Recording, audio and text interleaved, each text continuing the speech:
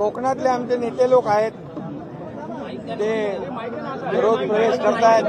आता मला वाटतं 15 तारखेला तिथे जाहीर आभार सभा आहे।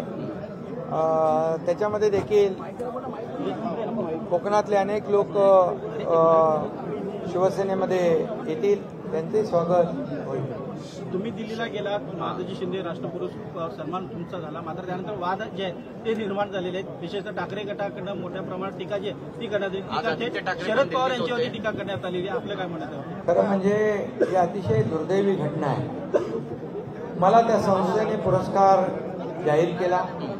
आता महापराक्रमी महादजी शिंदे यांच्या नावाचा महादजी शिंदे राष्ट्रगौरव पुरस्कार हा मला त्यांनी जाहीर केल्यानंतर खरं म्हणजे हा मोठा पुरस्कार आहे।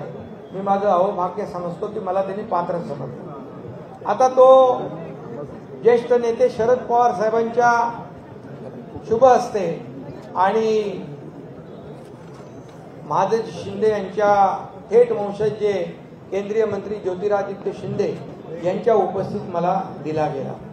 खरं म्हणजे एका मराठी माणसाने पुरस्कार दिला याचा अभिमान आणि आनंद सगळ्यांना पाहिजे। परंतु माझ्या एकनाथ शिंदे यांच्या द्वेषाने पछाडलेले लोक त्यांनी महादजी शिंदे यांचाही अपमान केला, त्यांच्या इतिहासाचाही अपमान केला, साहित्य संमेलनातले साहित्यिक दलाली करतात असं म्हणाले, साहित्यिकांचाही अपमान केला। आणि ज्या ज्येष्ठ नेते शरद पवार साहेबांनी या ठिकाणी सत्ता आणली, मुख्यमंत्री बनवलं आणि ज्यांच्या मागे पुढे फिरणारे त्यांनी शरद पवार साहेबांचाही अपमान केला। माझं तर जाऊ दे, परंतु त्यांची वृत्ती जी आहे खेकडा वृत्ती याच्यावरून दिसते की खऱ्या अर्थाने पवार साहेबांनी जे केलं ते राजकारणापलीकडचं त्यांनी बोलूनही दाखवलं की राजकारणापलीकडचं जे काही संबंध आहेत, नाते आहेत ते निर्माण करण्याचं काम त्यांनी केलं। आणि म्हणून शरद पवार साहेबांनी आपली संस्कृती दाखवली, परंतु या लोकांनी आपली विकृती दाखवली। हा फरक आहे। शरद पवार साहेबांनी हा एकनाथ शिंदे कसा घडला, कसा त्यांनी ठाण्याचा विकास केला, महाराष्ट्राचा विकास केला आणि नागरी शहरी ग्रामीण भागाची जाण असणारा हा एकनाथ शिंदे असा त्यांनी उल्लेख केला। कारण मी दिवस रात्र मेहनत केली, पायाला भिंगरी लावून फिरलो आणि म्हणून आधीच्या मुख्यमंत्र्यांची काम आणि माझं काम हे त्यांना माहीत होतं। कारण त्या मुख्यमंत्र्यांच्या बद्दल त्यांनी स्वतःच्या पुस्तकातच लिहिलं की घरात बसून राज्य कारभार करता येत नाही, राज्य ओळखता येत नाही, राज्य कारभार समजत नाही। आणि म्हणून मी एवढंच सांगतो, ही विकृती आहे, ती पोटदुखी आहे। खरं म्हणजे मी आपल्याला सांगेन, ही पोटदुखी कधी थांबणार? कधीच थांबणार नाही। कारण ते कंपाऊंडरकडून औषध घेतात, त्यांनी चांगल्या डॉक्टरकडून औषध घ्यायला पाहिजे, समज तेव्हा पोटदुखी थांबेल। पण पवार साहेबांसारखे त्यांच्यावर ऑपरेशन टायगर अंतर्गत ठाकरे गटाचे अनेक खासदार तुमच्या संपर्कात आहेत, त्याचमुळे आज युवासेना प्रमुख आदित्य ठाकरे दिल्लीला गेले, त्यांनी सर्व खासदारांना त्यांच्या एकत्र बोलवलं, मात्र काही खासदार अनुपस्थित राहिले। हा तर अविश्वास आहे। अरे आपल्या खासदारांवर अविश्वास दाखवण्याचा हा प्रकार आहे। तुमचा विश्वास असला पाहिजे आपल्या आमदारांवर, खासदारांवर। काय ही वेळ आली तुमच्यावर? आणि जेव्हा एखाद्यावर अविश्वास दाखवता, माझ्यावर देखील अविश्वास दाखवला, माझं देखील खच्चीकरण करण्याचा प्रयत्न केला, शिवसेनेचं खच्चीकरण होताना मी पाहू शकत नाही। आणि म्हणून आता हे आमदारांवर, खासदारांवर लक्ष ठेवणं, वॉच ठेवणं, त्यांच्या मागे माणसं पाठवणं म्हणजे काय? हा अविश्वास आहे। हे का असा वेळ आली याचं आत्मचिंतन करा, आत्मपरीक्षण करा। माझ्याकडे येतात त्यांचं मी स्वागत करतोय खुल्या मनाने। ते आले की म्हणतात गद्दार, ते आले की म्हणतात कचरा गेला। मग का जातायत हे लोक, का सोडतायत तुम्हाला, याचा कधी विचार करणार की नाही? तो विचार करा, आत्मचिंतन, आत्मपरीक्षण करा। ठाकरे गटाच्या खासदारांवर आता जेवणाचं देखील निर्बंध घालण्यात आले. खासदारांनी कोणाकडे जेवण करण्यात जावं यासाठी आमची परवानगी घेतली पाहिजे असं सांगण्यात आलं. चांगलं आहे ते, चांगलं आहे. कुणी काय खावं, कुणी काय बोलावं, कसं बोलावं, काय खावं याच्यावर मेनू कार्ड तयार करून दिले. चांगलं आहे. बाळासाहेब असताना बाळासाहेब मोठ्या मनाचे होते. कार्यकर्त्यावर विश्वास होता. कार्यकर्ता त्यांच्यासाठी जीवाची बाजी लावायला तयार होता. या एकनाथ शिंदे सारखे हजारो लाखो कार्यकर्ते, शिवसेनेचे आमचे नेते जे आता आहेत ते, त्यांनी देखील, मग रामदास कदम असतील, आपले अडसूळ असतील, काही कीर्तिकर असतील, अनेक आमचे नेते, आमदार, खासदार, मंत्री, जीव वळून टाकायची तयारी होती. घरादारावर तुळशीपत्र ठेवून काम करत होतो आम्ही लोक. तेव्हा कुठे होते हे लोक? किती केसेस झाल्या अंगावर. आणि म्हणून हे बाळासाहेब होते. आता हे मेनू कार्ड दिलं, हे खा, ते खाऊ नका, इथं जा, तिथे जाऊ नका. चांगलं. सर पण इतकी गळती लागून पण ते असं म्हणतायत की पण हा शिवसेनेचा बालेकिल्ला होता या कोकणातले. शरद पवार साहेबांवर अविश्वास दाखवणं हे दुर्दैवी आहे. शरद पवार साहेबांनी कधीही त्यांचे मित्र, त्यांनी बनवलेले तत्कालीन मुख्यमंत्री कुठं जातात, कुणाला भेटतात, काय करतात याच्याबद्दल कधी आक्षेप घेतला का? कधी नाही. कारण शरद पवार साहेब हे एक परिपक्व नेतृत्व आहे, मोठ्या मनाचं नेतृत्व आहे, राजकारणापलीकडे संबंध जपणारं नेतृत्व आहे. आणि म्हणून त्यांनी याच्यामध्ये कुठलं राजकारण, एक जर पुरस्कार दिला तर त्याच्यामध्ये एवढा तिळपापड आणि जळफळाट होण्याचं कारण काय? एकनाथ शिंदेला तुम्ही पाण्यात बघा.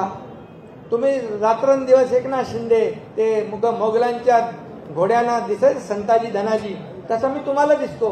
पण तुम्ही इतर लोकांनी पण तेच करावं असं कसं काय तुम्ही कोणाला बंधन घालू शकता?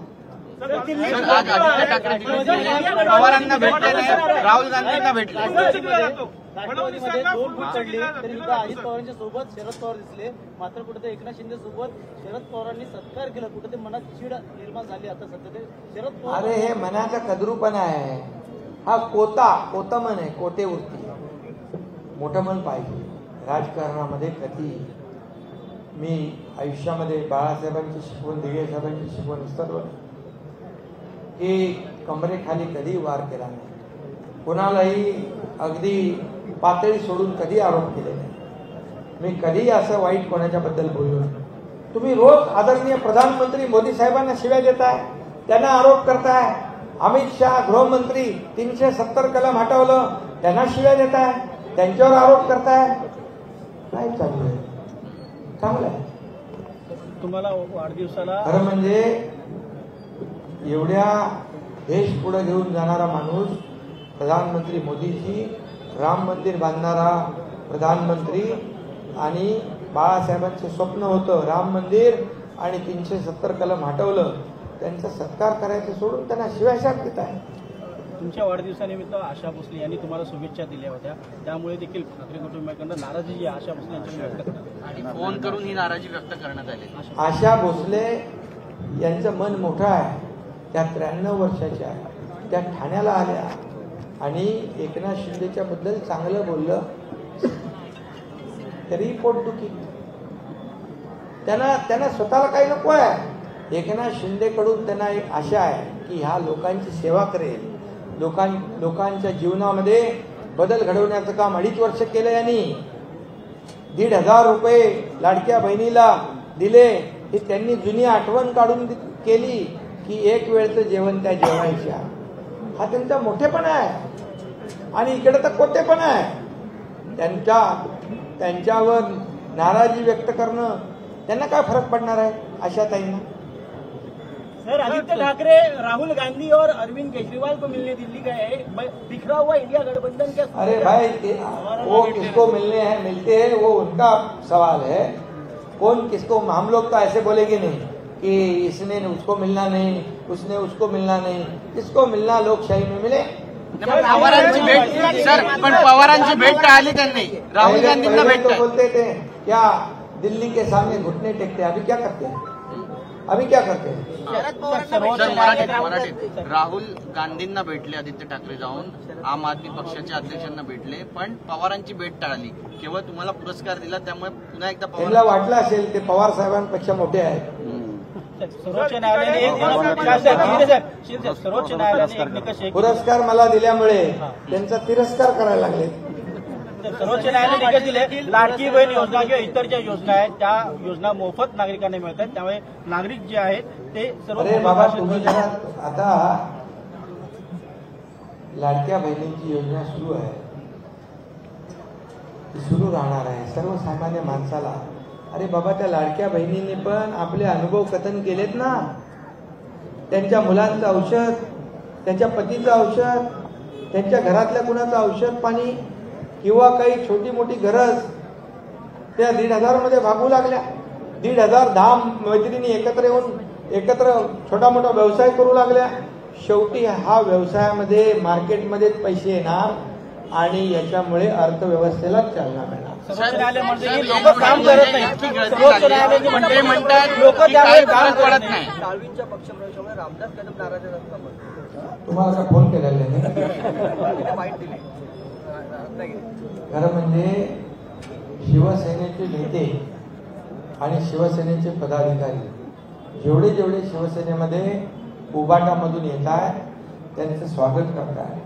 आणि म्हणून रामदासबाई असतील, आमचे सगळे नेते असतील, शिवसेना वाढीसाठीच प्रयत्न करत आहे.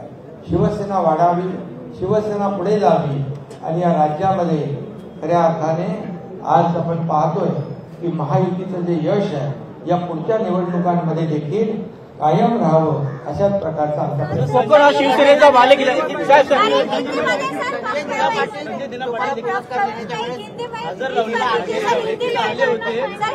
ते मी बघितलं नाही त्यांना.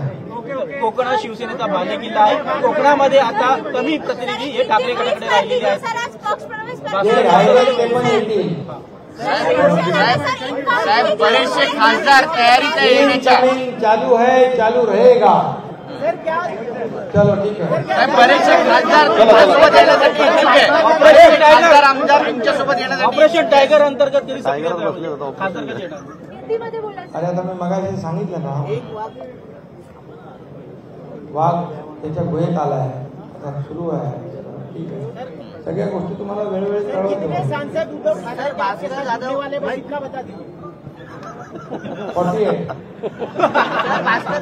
48